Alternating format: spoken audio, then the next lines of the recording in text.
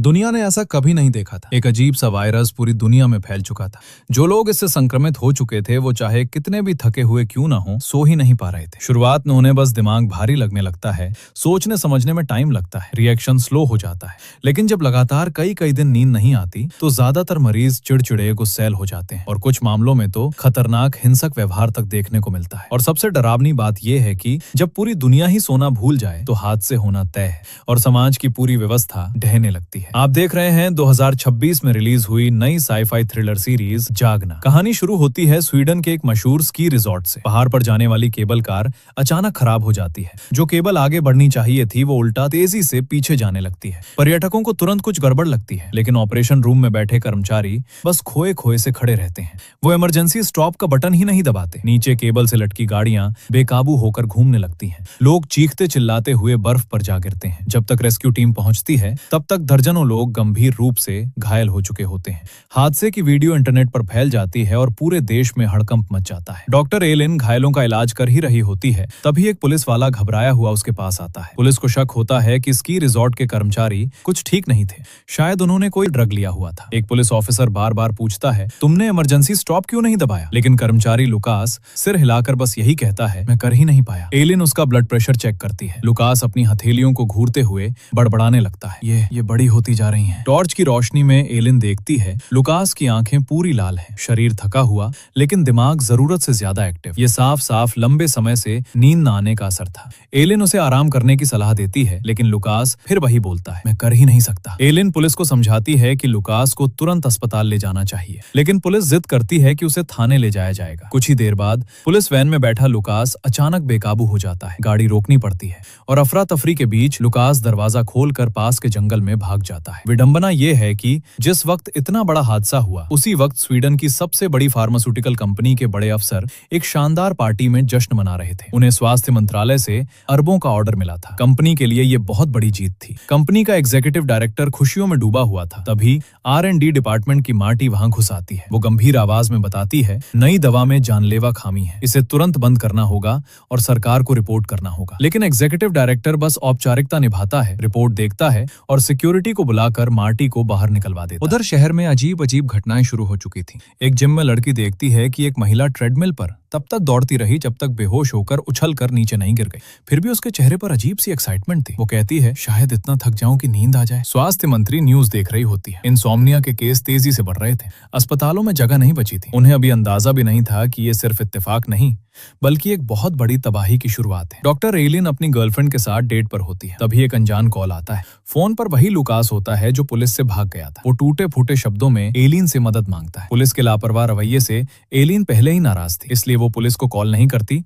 और अकेले दिए गए पते पर पहुंचती है। घर का दरवाजा आधा खुला होता है। अंदर अजीब सी खामोशी होती है। किचन का नल खुला होता है, फ्रिज से आवाज आती है और बाथरूम का दरवाजा खोलते ही लुकास जमीन पर मरा पड़ा होता है। उधर फार्मास्यूटिकल कंपनी का एग्जीक्यूटिव डायरेक्टर वापस आते वक्त फ्लाइट में होता है। उसे मार्टी की रिपोर्ट याद आती है। एक केमिकल टैंक लीक हो चुका था जो अंडरग्राउंड वाटर को कंटामिनेट कर सकता था। वो कॉल करना चाहता है लेकिन नेटवर्क नहीं मिलता। अचानक प्लेन हिलने लगता है। किसी को नहीं पता कि पायलट पहले ही बेहोश हो चुका है। उसकी आंखें भी वैसी ही लाल थीं जैसी लुकास की थी। कुछ ही देर में प्लेन क्रैश हो जाता है। 190 लोग मौके पर मारे जाते हैं। कोई नहीं जानता कि इस हादसे की वजह भी नींद ना आना थी। धीरे धीरे सरकार को सच समझ आने लगता है। 10 दिनों में 4000 लोग एक ही न्यूरोलॉजिकल बीमारी से संक्रमित हो जाते हैं। इस बीमारी का एक ही लक्षण, नींद पूरी तरह गायब। पहले नींद देर से आती है, फिर पूरी रात नहीं आती, फिर याददाश्त, गुस्सा, हिंसा सब कुछ बिगड़ने लगता है। लोग इस बीमारी को नाम देते हैं वाका। सरकार की मीटिंग में इसे बायोलॉजिकल अटैक तक बताया जाता है। इसी बीच एलिन की गर्लफ्रेंड गुस्से में अपने बॉस पर हमला कर देती है। अस्पताल में पता चलता है वो भी अब इस बीमारी से संक्रमित है। यहाँ तक कि देश की प्रधानमंत्री भी थकान से मंच पर गिर जाती है और उसकी मौत हो जाती है। ब्लड टेस्ट में अननोन वायरस की पुष्टि होती है। इसी बीच एक सीक्रेट संगठन एक इंजीनियर विल्सन को मिशन के लिए चुनता है। उसे धमकी भी दी जाती है, अगर राज बाहर गया तो परिवार भी नहीं बचेगा। आखिरकार सच्चाई सामने आती है। फार्मास्यूटिकल कंपनी की वजह से शहर का पूरा पानी कंटामिनेटेड है। ये वायरस दिमाग की नसों पर हमला करता है, नींद खत्म कर देता है और इंसान को धीरे धीरे पागल बना देता है। इलाज फिलहाल नामुमकिन है। सरकार सच जनता के सामने रखती है। लोगों से घर में रहने को कहा जाता है, लेकिन हालात काबू से बाहर जा चुके हैं। अब सवाल ये नहीं कि नींद कब आएगी, सवाल ये है अगला हादसा कहां होगा। इधर अस्थायी प्रधानमंत्री ने वायरस को लेकर बयान दिया ही था कि उसी रात देश के टॉप वायरस एक्सपर्ट का फोन आ जाता है। लैब में रिसर्च के दौरान एक खौफनाक सच सामने आया है। इस बीमारी का सबसे साफ लक्षण है आंखों में लाल नसों का उभर आना। असल में ये दिमाग के अंदर ब्लीडिंग का संकेत है। जब पहली बार ये लाल नसें दिखती हैं, उसके करीब 10 दिन बाद आंख के चारों तरफ एक पूरा घेरा बन जाता है और वही पल होता है मौत का आखिरी समय। क्रिश वहीं खड़ा सन्न रह जाता है, क्योंकि उसकी खुद की आंखों में लाल नसें आधे से ज्यादा फैल चुकी हैं। लेकिन मुश्किल यहीं खत्म नहीं होती। अगली सुबह हजारों लोग सड़कों पर उतर आते हैं। किसी तरह उन्हें खबर मिल जाती है कि इस खतरनाक वायरस का कनेक्शन नए प्रधानमंत्री क्रिश से जुड़ा है, क्योंकि जिस फार्मेसी कंपनी को इतिहास का सबसे बड़ा ऑर्डर मिला था वो उसी वक्त मिला था जब क्रिश स्वास्थ्य मंत्री था। गुस्साए लोग क्रिश को ही इस तबाही का जिम्मेदार मान लेते हैं। क्रिश के पास न सफाई देने की ताकत बची है न वक्त। वो कैबिनेट मीटिंग में वायरस एक्सपर्ट की रिपोर्ट सबके सामने रख देता है। जिस किसी की आंखों में लाल नसें दिखने लगती हैं, उसके पास ज्यादा से ज्यादा 10 दिन का वक्त है। क्रिश साफ साफ कह देता है उसके अपने दिन भी अब गिने चुने हैं। वो चाहता है कि ये सच्चाई लोगों को बता दी जाए ताकि संक्रमित लोग अपने बचे हुए वक्त को समझदारी से जी सकें। लेकिन उसकी गर्लफ्रेंड सबसे पहले इसका विरोध करती है। उसका मानना है कि इससे समाज में और ज्यादा अराजकता फैलेगी। फिर भी क्रिश का फैसला पक्का होता है। वो मरते हुए लोगों से झूठ नहीं बोलना चाहता। उसी दोपहर क्रिश आधिकारिक प्रेस कॉन्फ्रेंस करता है। वो वायरस से जुड़ी हर अफवाह पर खुलकर बात करता है और ये भी साफ बताता है कि संक्रमण से लेकर मौत तक का पूरा टाइमलाइन क्या है। कॉन्फ्रेंस के अंत में क्रिश जनता से माफी मांगता है। वो मानता है कि इस डिजास्टर की जिम्मेदारी उस पर भी आती है और वहीं वो प्रधानमंत्री पद से इस्तीफा दे देता है।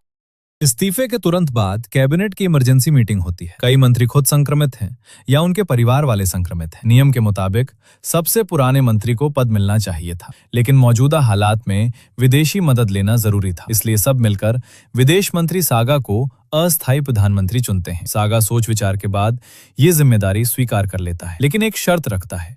वो रक्षा मंत्री भी रहेगा, क्योंकि जनता गुस्से में है और हालात कंट्रोल से बाहर जा रहे हैं। सागा के सत्ता संभालते ही देश में इतिहास का सबसे सख्त लॉकडाउन लागू हो जाता है। दिन हो या रात कोई भी घर से बाहर नहीं निकल सकता। इतना ही नहीं, सेना को सड़कों पर उतार दिया जाता है। दवा लेने के लिए भी लोगों को छुप छुप कर निकलना पड़ता है। लेकिन कोई भी घर में बैठकर मरना नहीं चाहता। लोग पुलिस की ढालों से भर जाते हैं और जान की परवाह किए बिना सड़कों पर उतर आते हैं। इसी बीच कट्टरपंथी विल्सन चुपचाप एक बम तैयार कर लेता है। वो सरकार को एक बड़ा झटका देना चाहता है। देश पूरी तरह अराजकता की तरफ बढ़ रहा है। उधर पूर्व प्रधानमंत्री क्रिस शहर छोड़ने की तैयारी करता है। उसका इकलौता बेटा यूगो शहर के बाहर एक जेल में बंद है। हालात बिगड़ने से पहले वो बेटे को निकालना चाहता है। क्रिस और बेटे का रिश्ता हमेशा ठंडा रहा है। एक वक्त क्रिस ने यूगो को नशीली दवाओं के साथ पकड़ा था और कानून के तहत खुद ही उसे जेल भिजवा दिया था, लेकिन उसे नहीं पता था कि वो जेल पूरी तरह नरक जैसी है। जेल में रोज दंगे होते हैं। यूगो बार बार फोन कर कहता है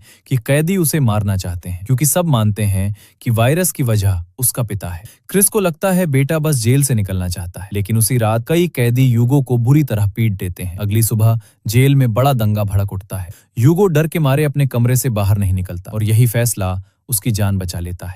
क्रिस को अब पछतावा होता है। वो बेटे को लेने निकलता है, लेकिन शहर से बाहर जाने के लिए सरकारी पास चाहिए। सैनिक उसे रोक लेते हैं। आखिरकार क्रिस जबरदस्ती चेक पोस्ट पार कर जाता है। इधर डॉक्टर एलिन पूरी तरह टूट चुकी है। वो जानती है कि संक्रमित लोगों की मौत कब तय है। उसकी गर्लफ्रेंड घुंघराले बालों वाली लड़की की आंखों में लाल नसें तेजी से बढ़ रही हैं। एक दिन उसके बेड पर काली टेप लगा दी जाती है, मतलब अब इलाज बंद। लेकिन एलिन हार नहीं मानती। वो गर्लफ्रेंड को लेकर घर लौट आती है। ठंडे पानी में रहने से घुंघराले बालों वाली लड़की थोड़ा बेहतर महसूस करती है। यहीं से एलिन को एक उम्मीद मिलती है। रिसर्च से पता चलता है कम तापमान वायरस को कमजोर कर सकता है। एलिन खुद ठंडे पानी में उतरकर इसका टेस्ट करती है और सच में उसकी आंखों की लाल नसें कम हो जाती हैं। वो अस्पताल जाती है, लेकिन कोई सुनने को तैयार नहीं। आखिरकार वो उस महिला रिसर्चर से मिलती है जिसने फार्मास्यूटिकल कंपनी को एक्सपोज किया था। दोनों मिलकर लो टेम्परेचर थेरेपी पर काम शुरू करती हैं। नए प्रधानमंत्री सागा आखिरी उम्मीद के तौर पर इस एक्सपेरिमेंट को मंजूरी देता है। उसी वक्त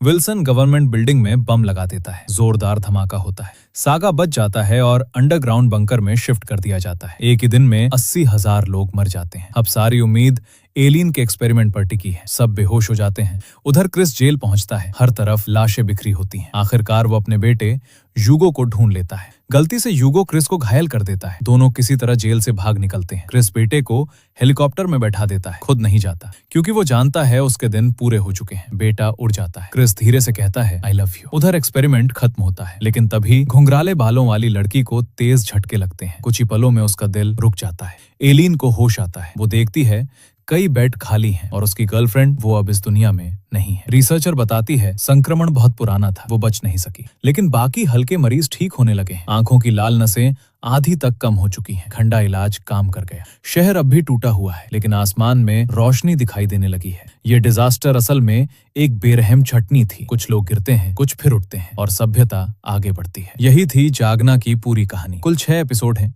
कई साइड स्टोरीज भी हैं। पिता बेटे का रिश्ता, प्यार, संघर्ष और पलायन। अगर डिटेल में देखना हो तो ओरिजिनल सीरीज जरूर देखिए। आज के लिए बस इतना ही। अगर वीडियो पसंद आया हो तो जुड़े रहिए। मुलाकात होगी अगले वीडियो में।